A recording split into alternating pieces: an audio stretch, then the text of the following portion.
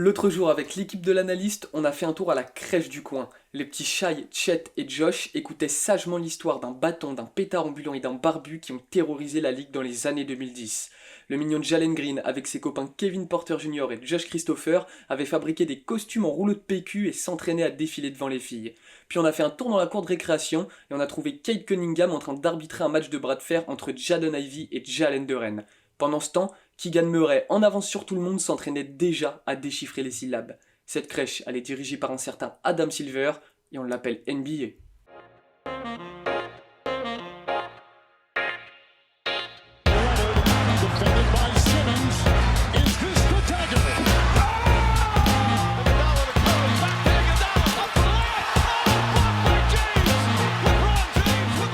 Mesdames et messieurs, bonjour, bienvenue dans ce nouvel épisode du Carton. Aujourd'hui, épisode spécial Young Core et reconstruction. N'hésitez pas à nous laisser une petite note sur Apple Podcast et sur Spotify, ça nous aide énormément à grandir. Toute l'équipe de l'analyste se joint à moi pour vous remercier de votre fidélité sans faille.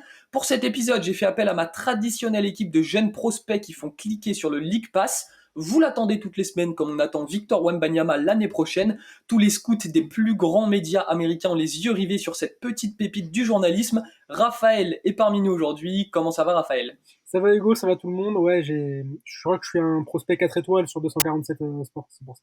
T'as été contacté par ESPN, on me dit Ouais, en ouais, ouais, oreillette. bah, j'y suis allé la dernière fois là. Bah, je te le souhaite en tout cas, je te le souhaite. Comment parler de jeunes et de reconstruction sans cet homme? C'est un indispensable sur ce genre de sujet. Il connaît si bien le basket qu'il peut vous sortir de tête le roster de Tourcoing. Florian Tixier est dans le carton. Comment ça va, Florian? Ça va super, j'adore Tourcoing, c'est une ville de rêve. On a tous envie de partir en vacances à Tourcoing au milieu du mois d'août. L'eau est à 72 degrés Fahrenheit. Donc les gars, on commence tout de suite. On va faire un épisode un peu spécial sur les projets de reconstruction et sur les projets justement les plus séduisants. Florian, je commence tout de suite par toi parce que tu as une petite définition à nous donner du rebuilding. Ouais, c'est vrai que c'est un peu un terme que beaucoup de gens utilisent, parfois à tort et à travers. Donc un peu pour calibrer ce dont on va parler sur ce podcast.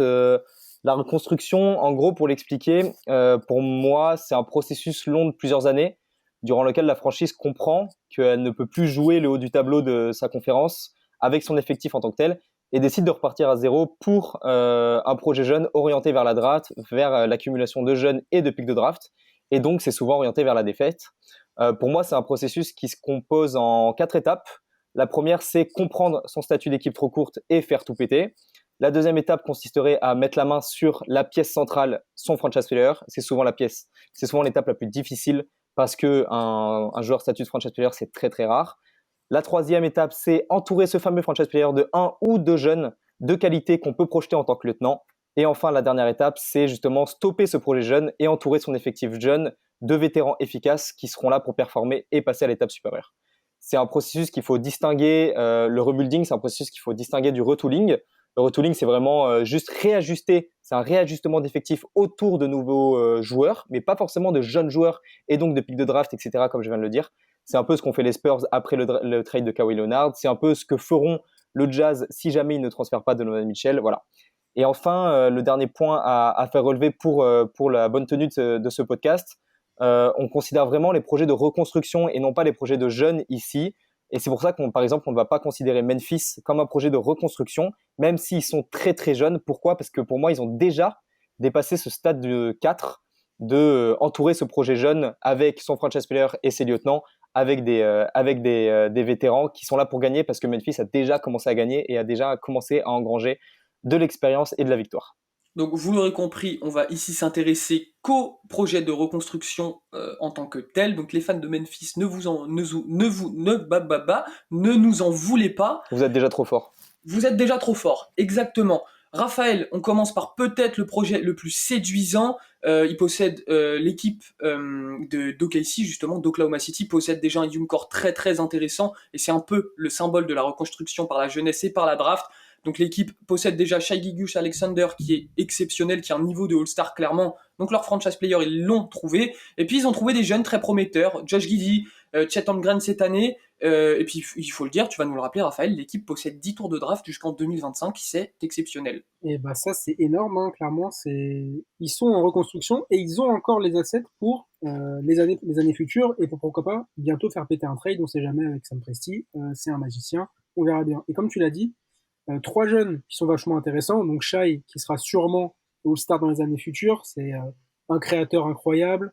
C'est un mec qui peut te changer totalement une attaque. Il est hyper polarisant parce que clairement, quand il est sur le terrain, tu as toujours peur qu'il aille au panier. Il arrive toujours à se frayer un chemin. Josh Giddey qui a fait une saison rookie hyper intéressante. Il n'a pas été dans le top 3 du Roy, mais il a été rookie du mois plusieurs fois. Il a fait une saison super intéressante. Il a fait du triple-double. C'est un grand créateur. Et pourtant, il arrive quand même à bien se démarquer sur le terrain, avec clairement un shoot qui est pas encore fiable, mais qui va s'améliorer avec les années, et puis une création qui est géniale pour ce roster-là. Ils ont deux grands créateurs de plus de 2 mètres ou quasiment 2 mètres. C'est clairement un peu le futur vers lequel la NBA se dirige, et OKC l'a compris. Et ils l'ont compris en entourant cette année avec Chet Holmgren, un pivot, un ailier fort pivot, défenseur, qui peut créer aussi, qui a du shoot, qui stretch. Vachement intéressant dans l'idée de la part de Sam Presti d'ajouter ce mec-là à cet effectif-là. Et puis sur le côté, tu as Lugensdort qui se développe hyper bien. Tu as Darius Bazley qui apparemment a pris un peu de muscle cet été. Bon, on verra comment ça se passe, mais c'est déjà toujours intéressant de voir que les mecs essayent de bosser l'été. Ils ont prolongé leur vétéran, entre guillemets, Kenrich Williams. C'est quasiment le mec le plus vieux de l'effectif. Il y a 25 piges. C'est ça. Et clairement, ils ont peut-être encore 1 an à se développer, mais ils vont avoir un effectif vachement intéressant pour les années futures. Florian, d'accord avec ces explications de Raphaël, OKC a peut-être le projet le plus séduisant de la ligue, aujourd'hui projet de reconstruction, hein, puis aussi grâce à ces 10 tours de draft qui leur restent jusqu'en 2025. Ouais, clairement. Moi, personnellement, j'évalue un projet jeune sur 3 critères principaux. La qualité de ton jeune franchise player. Donc, Shai Gilgeous-Alexander pour moi, ce n'est pas un franchise player de premier plan, mais ça reste un joueur supérieur. Donc, c'est déjà très positif. La qualité de tes jeunes capables d'être lieutenants. On a parlé de Guidé, on a parlé de Holmgren, on a parlé de Dort. Ils ont beaucoup de jeunes. Et enfin, la qualité de tes jeunes et enfin de tes tours de draft. Donc, tu viens de le dire. La qualité de tes jeunes, sur un effectif de 15 joueurs, ils ont 10 joueurs qui sont nés après les années 2000. On est en 2022, donc juste pour situer. Et ils ont 10 tours de draft avant 2025. 10 premiers tours de draft en 2025. Donc, c'est très, très impressionnant. C'est le projet jeune ultime de l'histoire de la NBA, on le sait. Moi, j'ai plus de questionnements pour un peu nuancer ce projet jeune.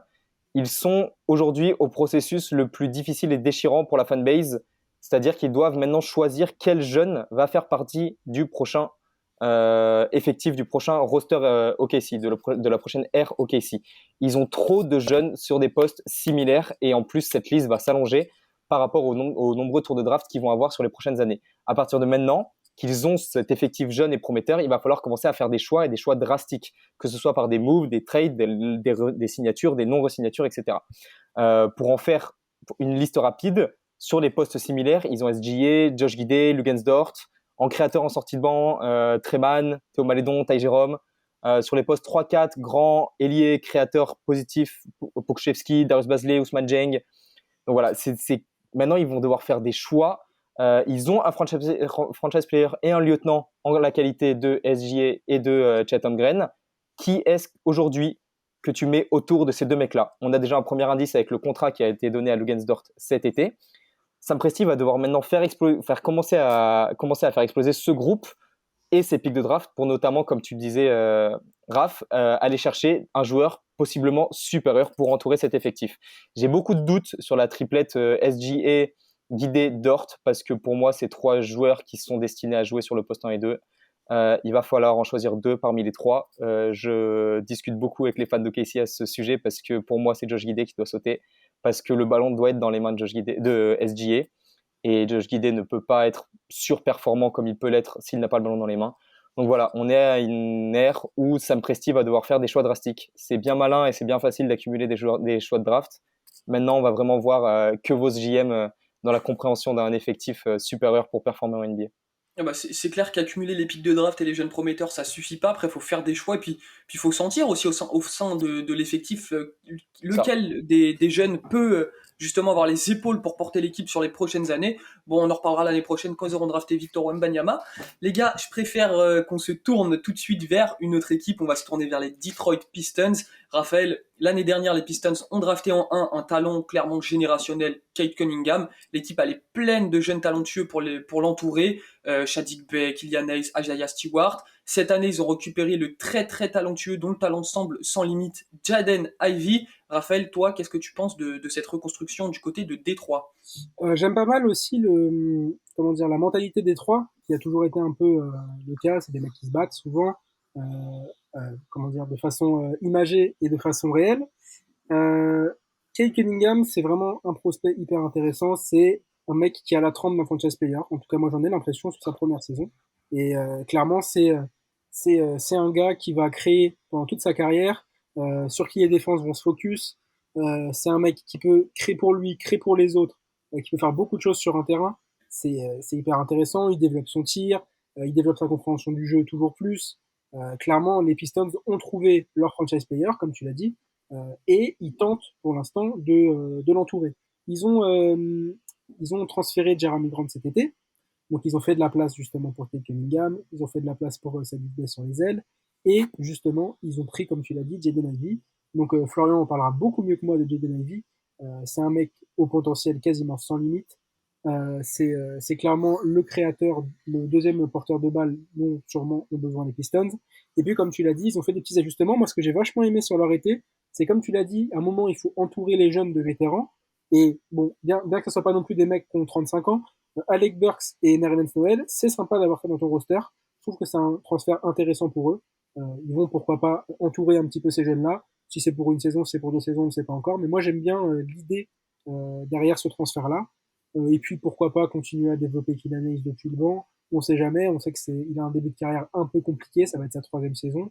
On sait jamais, on peut toujours croire au potentiel NBA de Killian Hayes. Donc pourquoi pas les Pistons, ça m'intrigue. C'est pas, je trouve qu'il manque peut-être quelques trucs, mais c'est intriguant et c'est intéressant en tout cas. Toi, Florian, qu'est-ce que tu penses justement de ce young core des Pistons? Je sais que tu as été très très séduit par leur draft cette année notamment.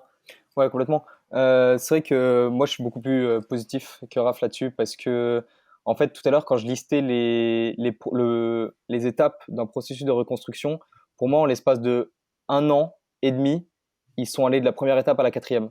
Pourquoi? Parce que tu mets la main sur un talent générationnel. Tu mets la main sur un profil de créateur offensif qui n'arrive qu'une fois tous les 5 ans. C'est-à-dire qu'il y a eu Luka, celui d'après, ça a été Cade. Cade Cunningham est un créateur d'attaque absolument monstrueux.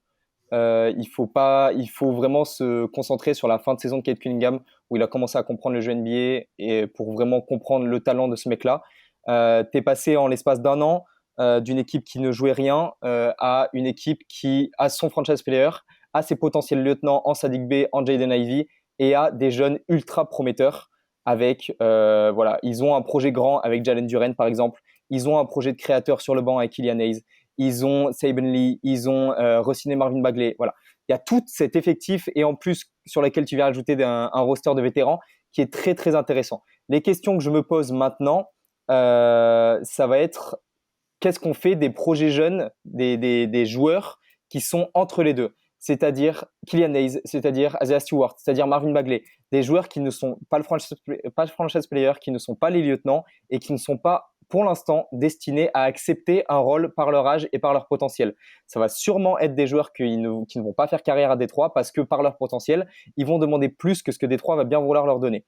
Donc quels vont être les joueurs qui vont être capables de rentrer dans un rôle dans cet effectif-là et pouvoir continuer à entourer Kate Cunningham, Jaden Ivey, Jalen Duren et ainsi de suite et Saddiq Bey. Et enfin, maintenant, il faut vraiment enclencher la deuxième étape. Tu as tes vétérans, comme tu l'as dit, il va falloir en rajouter plus. Tu as ton franchise player, tu as tes jeunes qui sont là pour progresser en de potentiels lieutenants. Donc voilà, il faut maintenant choisir ces jeunes, choisir qui sacrifier et passer à cette dernière étape qui est de maintenant de gagner, d'entourer son effectif de vétérans capables d'apporter et d'être efficaces et de commencer à gagner tout simplement. Bon, bah, on verra comment ça se passe du côté de Détroit. En tout cas, moi, je suis très excité par Jaden Ivey. Je pense que ce mec-là a clairement les épaules pour faire une belle carrière en NBA. Les gars, on passe maintenant à la meilleure franchise de l'histoire de cette ligue, les Houston Rockets. Les Houston Rockets, Raphaël, ils ont peut-être trouvé un talent offensif aussi clairement générationnel avec Jalen Green. C'est le joueur au centre de la reconstruction de cette équipe. Ajoutez à cela Kevin Porter Jr., Alperen Sengun ou Josh Christopher. Il y a beaucoup de jeunes prospects très intéressants. En plus, cette année, Raphaël, je ne sais pas ce que tu en penses, mais les Rockets sont plutôt bien draftés. Ouais, pourquoi pas. Florian en parlera encore une fois mieux que moi de la draft. Mais moi, ce que j'ai trouvé intéressant, c'est clairement, ils se sont dit, là, on mise tout sur Jalen Green. Euh, l'année dernière, il y allait fort au scoring sur la fin de saison, il a fait des belles performances. Kevin Porter Jr., c'est pas mal aussi, hein, ils l'ont relancé après son passage à Cleveland.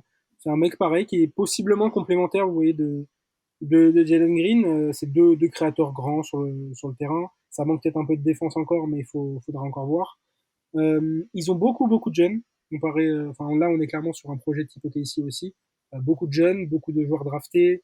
Pas non plus sur les. Il y a du au pic de draft, mais il y a aussi du pic 16, du pic 20, du pic autour du second tour. Ils ont beaucoup de choix de draft aussi grâce au transfert de Chris Paul, par exemple, aussi, et de Russell Westbrook après.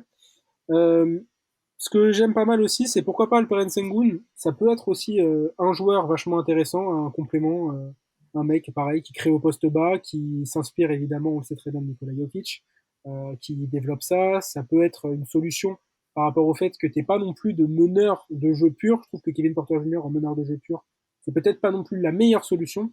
Et pourquoi pas avoir un autre créateur depuis le poste bas, ça peut être intéressant.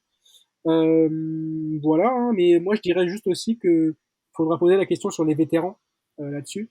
Parce que par exemple, Eric Gordon, on ne sait pas encore ce qu'il fait là. Il a un peu joué l'année dernière. Est-ce que vraiment il rentre dans ce projet de reconstruction? Je ne trouve pas. Depuis un petit moment, il y a des rumeurs de transfert sur lui.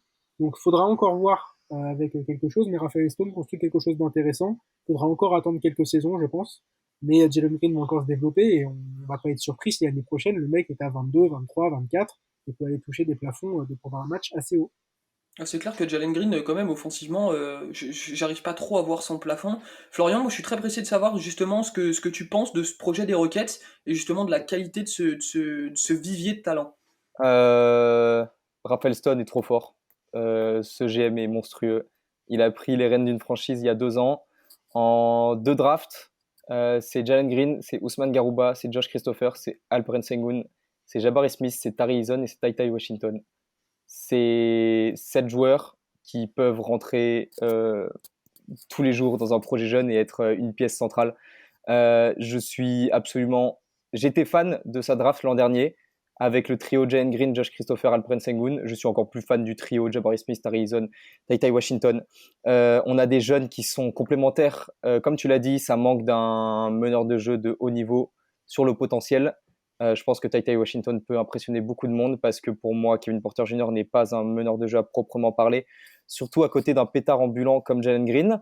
On sait qu'il est en renégociation de contrat. On sait que je suis plutôt positivement surpris du montant que Kevin Porter Jr. est en train de négocier avec les Rockets. On parle d'un contrat entre 12 et 16 millions sur 3-4 ans. Par an, hein, bien sûr. Donc c'est plutôt très positif si jamais il accepte ce type de contrat, parce que pour moi c'est un type de contrat qui peut être celui d'un créateur en sortie de banc en NBA, ça me pose aucun souci. Je suis très impressionné par Raphaël Stone parce qu'il a tourné sa draft cette année vers l'implémentation d'une défense. Houston ne défendait pas l'an dernier. Pourquoi? Parce que tes 2 leaders d'attaque qui étaient Jalen Green et Alperen Sengun ne défendent pas, tout simplement. Jabari Smith m'a étonnamment surpris dans le très bon côté sur sa Summer League par sa défense et pas son shotmaking. Mais bon, on n'est pas sur un podcast Jabari Smith, mais par sa défense, Tarizon est un défenseur monstrueux. Maintenant, il y a les mêmes questionnements que OKC. Il va falloir choisir quel genre de joueur, quel joueur de jeune fait partie de tes Rockets à la sauce 2020, voire 2030, parce qu'il y a beaucoup de doublons. C'est un peu les mêmes questions que OKC. Pour moi, on n'est pas encore à l'étape des vétérans. On est vraiment à la première étape. On est vraiment on est à l'étape 1,5. On pense que Jalen Green est ton franchise player. On pense que Jabari Smith est possiblement ton premier lieutenant. Maintenant, il va falloir commencer à construire les jeunes qui sont autour. Et ensuite viendra le moment des vétérans. Ils sont encore à l'étape de perdre pour ajouter du vivier de talent. Mais c'est très positif. Ils ont de nombreux choix de draft, dont ceux de Brooklyn. Et quand on voit le bordel qui se passe à Brooklyn, c'est très positif pour Houston. Ils ont 3 pics de draft au premier tour pour 2023. Donc attention à 2023 pour les Houston Rockets. Et une possible nouvelle masterclass de la part de Raphaël Stone. Eh ben écoutez, en tout cas j'espère une masterclass de mon cher Raphaël Stone. En tout cas oui, les pics des Nets, on se frotte les mains de ce qui se passe en ce moment à Brooklyn. Les gars, donc pour finir, je vais vous laisser un peu vous faire plaisir. Régalez-moi, Raphaël, pour commencer. Qu'est-ce que c'est toi ta franchise coup de cœur j'entends dans la reconstruction? Dans l'idée, ça serait OKC. On en a déjà parlé un petit peu avec le début du podcast, donc je vais me tourner plutôt vers le Magic. Le Magic l'année dernière, bon, voilà, ils ont eu le premier choix de draft, ils ont pris Paolo Banchero. Ça a été compliqué. Il y a eu du blessé, il y a eu Fultz qui a été encore blessé. Les jeunes n'ont pas forcément fonctionné entre eux. Ça fait 2 ans qu'on n'a pas vu John Isaac sur un terrain. Mais là, pareil, on est un peu sur l'idée de Houston aussi. On va prendre beaucoup de jeunes, voilà, beaucoup de jeunes, et on verra qui pourra être dans le roster du Magic pour les prochaines années. Donc sur les postes 1-2, tu as Markel Fultz, tu as RJ Hampton, tu as Cole Anthony, tu as Gary Harris. Voilà, c'est des joueurs intéressants au niveau NBA qui sont clairement sur une carrière NBA. Tu as John Isaac qui est un énorme défenseur, mais qui n'a pas joué depuis 2 ans, il n'a pas joué depuis la bulle. Tu as deux intérieurs intéressants, Wendell Carter Jr. et Bobamba. On ne sait pas exactement comment tu peux les faire jouer. Les associés, c'est très dur dans la NBA actuelle. Pourquoi pas, ils ont récupéré Wendell Carter il n'y a pas très longtemps. Ils ont maintenant leur potentiel franchise player en Paolo Banchero. C'est un mec clairement qui crée, qui est un énorme joueur en attaque, qui s'améliore en défense, un grand créateur. On rappelle qu'il fait à peu près 2,6 m pour 115 kg. C'est un profil physique assez rare, même en NBA. C'est un projet intéressant. L'année prochaine, clairement, ça va pas viser les playoffs, on sait très bien. Mais je suis intrigué par ce projet-là parce que c'est une franchise qu'on va voir, hein, le Magic. On va en entendre parler avec Paolo Banchero. On va en entendre parler avec les jeunes qui font des choses intéressantes, par Cole Anthony, par d'autres joueurs. Et pourquoi pas garder un petit œil sur le Magic l'année prochaine. En tout cas, moi, c'est ce que je ferai. Bon, oui, c'est clair que le Magic a un projet quand même assez séduisant, évidemment, parce qu'ils ont drafté Paolo Banchero en 1 cette année. Donc on verra comment ça se passe en Floride l'année prochaine. Florian, toi, de ton côté, c'est quoi l'équipe qui te régale un peu dans la reconstruction? Qu'est-ce qui te fera cliquer l'année prochaine? Avant de révéler mon choix, je fais un petit détour vers deux franchises qui ont une moyenne d'âge très basse et qui en plus ont une des deux a une grosse fanbase. Ce sont les San Antonio Spurs et les Charlotte Hornets. Les San Antonio Spurs, je suis plutôt inquiet par leur processus de reconstruction. Pourquoi? Parce qu'ils accumulent beaucoup de joueurs moyens. Ils accumulent beaucoup de joueurs dont le talent offensif et de créateur porteur balle en main n'est pas suffisant pour imaginer un potentiel de lieutenant et encore mieux de franchise player. Donc, on verra pour 2023, mais pour l'instant, je ne vois pas de ce profil-là à San Antonio. Donc, pour l'instant, ils ont un futur d'équipe assez moyenne pour aller très vite. Et Charlotte, tout simplement parce qu'ils ont un joueur qui se prénomme Miles Bridges, qui vient de faire éclater un projet jeune à Charlotte. Et tu te retrouves aujourd'hui avec, pour seul projet jeune, la Melo Ball. Si fort soit-il, ça va manquer de talent jeune au bout d'un moment et on se dirige vers un possible mur de la part de la franchise de Michael Jordan en l'espace de quelques mois.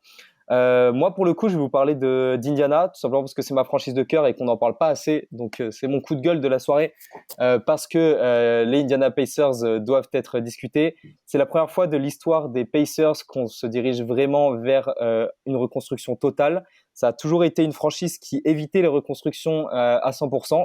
Pourquoi? Parce que c'est un petit marché qui a du mal à remplir sa salle, qui a du mal à faire parler d'elle. Donc, on a toujours été dans cet objectif playoff permanent. C'est la première fois qu'on accepte de repartir à zéro et vraiment à zéro. On a déjà un joueur catégorisé futur franchise player. Il faut se rendre compte à quel point Tyrese Haliburton peut être un joueur important en NBA et à quel point ça peut être un joueur supérieur. En 26 matchs avec les Pacers, c'est 17,5 points, c'est 9,6 assists pour un joueur de 21 ans. C'est complètement fou. Il a 40% d'assists percentage quand il est sur le terrain, C'est énorme. c'est-à-dire que 40% des assists proviennent des mains de Tyrese Haliburton quand il est sur le terrain. C'est un joueur qui tire à 42% à 3 points, alors que c'était à peu près la seule menace offensive de son équipe l'an dernier. Voilà, on est vraiment dans la partie la plus intéressante du rebuild du côté d'Indianapolis. Quel joueur est-ce qu'on va mettre autour de Tyrese Haliburton? Ben Mathurin, Jalen Smith semble être tout destiné sur le poste 1, 2, 3 et le poste 4. En tout cas, c'est vraiment les joueurs vers qui Kevin Pritchard semble se tourner. Moi, ça me convient parce qu'on est dans l'année 0, 0,5 de ce projet Pacers. C'est une équipe qui va perdre l'an prochain. D'après les sondages d'ESPN, c'est l'équipe qui a le plus de chances de finir à la 15e place l'an prochain. dans la conférence Est. On a encore beaucoup d'assets à vendre entre Buddy Hield, Miles Turner et même Chris Duarte, parce qu'il a quand même 27 piges. Et donc voilà, on est au début de ce projet d'Indianapolis. On a 3 pics de draft au premier tour, rien qu'en 2023, plus chaque pic de draft d'Indiana est en leur possession. On a encore des vétérans à échanger contre des pics, comme on l'a fait avec Malcolm Brogdon. Donc pour moi, c'est très positif, et je pense que les fans d'Indiana, si peu soit-il, doivent être très, très positifs sur l'avenir de cette franchise, parce que elle a tout pour voir positif dans le futur. On connaît la qualité de la draft 2023, on y reviendra, mais il y a tout pour être positif pour ces franchises-là en tout cas. Bon bah en tout cas, je te sens très excité, ça fait plaisir à voir. On verra un peu comment évoluent l'année prochaine les projets de reconstruction, mais ne vous attendez pas à voir les équipes dont on vient de parler gagner l'année prochaine. Surtout que là, les GM et les front office de ces équipes-là, ça doit faire une quinzaine d'années qu'ils se frottent les mains en voyant la draft 2023. Le petit Victor, on espère qu'il finira à Houston, évidemment. Je rigole, vous l'avez compris. Mais bon, dites-nous en commentaire, vous, quel projet vous séduit le plus, ce que vous attendez de vos équipes un petit peu favorites si elles sont à ce stade-là de leur histoire, ce stade-là donc de reconstruction. On sera un plaisir de vous répondre. Lillard, long range three, and it's good! Les amis, le buzzer du carton vient de retentir. Comme toujours, ce fut un plaisir de vous avoir en notre compagnie. N'hésitez pas à nous laisser une petite note sur Apple Podcast et sur Spotify, ça nous aide énormément. Et puis laissez-nous un commentaire ou un message sur les réseaux sociaux. Dites-nous lequel des projets de reconstruction est votre préféré. Est-ce que votre équipe est dans la galère ou est-ce que vous êtes confiant pour l'avenir? Toute l'équipe de l'analyste fera un plaisir de vous répondre. En attendant, je vous dis à la prochaine. Prenez bien soin de vous.